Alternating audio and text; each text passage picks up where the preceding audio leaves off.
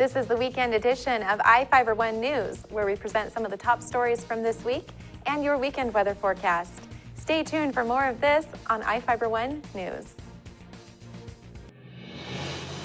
From the iFIBER 1 HD studio here in the heart of the Columbia Basin, this is iFIBER 1 News. Your number one source for local news, sports headlines, and our very own Weather Center forecast covering the entire Columbia Basin.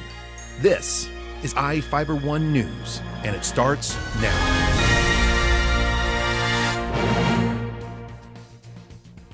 One of our top stories for this week was about a cute way to raise funds for the Quincy Animal Shelter. It was a parade of pets, and reporter Jeff Chu was there. It was a dog day afternoon in Quincy as local canine lovers paraded man's best friend to support the animal shelter.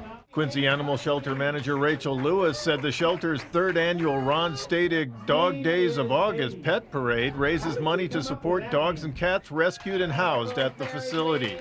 Lewis said the parade is dedicated to the late Quincy businessman and friend of the shelter, Ron Stadig.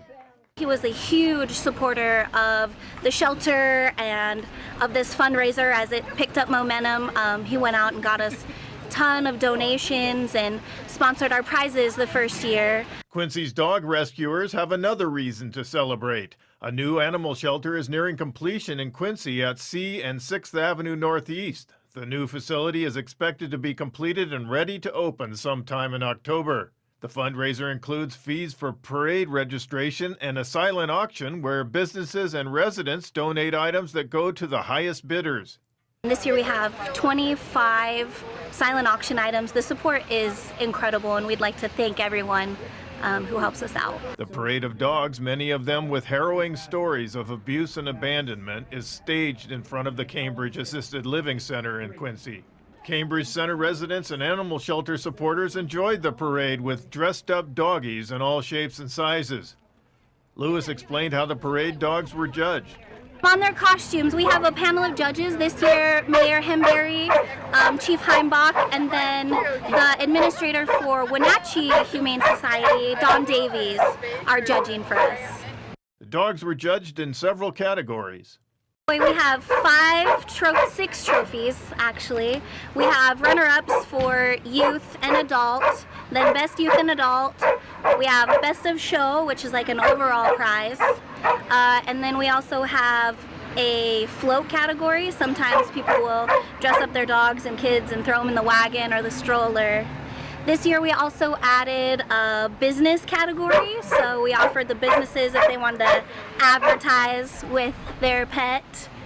And then also my foundation, my nonprofit, Friends of the Quincy Animal Shelter, they give a trophy to the most magnificent mutt. That magnificent mutt trophy went to Sissy, a former Quincy Animal Shelter dog. I'm Jeff Chu for iFIBER 1 News. Quincy has another great event coming up. Next weekend, the Farmer Consumer Awareness Day returns with a lot of fun things to do and enjoy. Reporter Jeff Chu is ready to fill us in on what we can expect. Quincy Farmer Consumer Day is a celebration of local agriculture. This year's 33rd annual event on September 12th through 14th showcases all that is farming in the Quincy Valley. It is staged at several venues around Quincy. The event is intended to close the connect so many consumers have over where food comes from. At the event, farmers show their fruits, vegetables, and meat products, which often end up displayed at grocery stores around the U.S. Quincy Farmer Consumer Awareness Day includes fun runs, food cook-offs, entertainment, and fireworks. It also features a parade and tours of farms and food processing plants.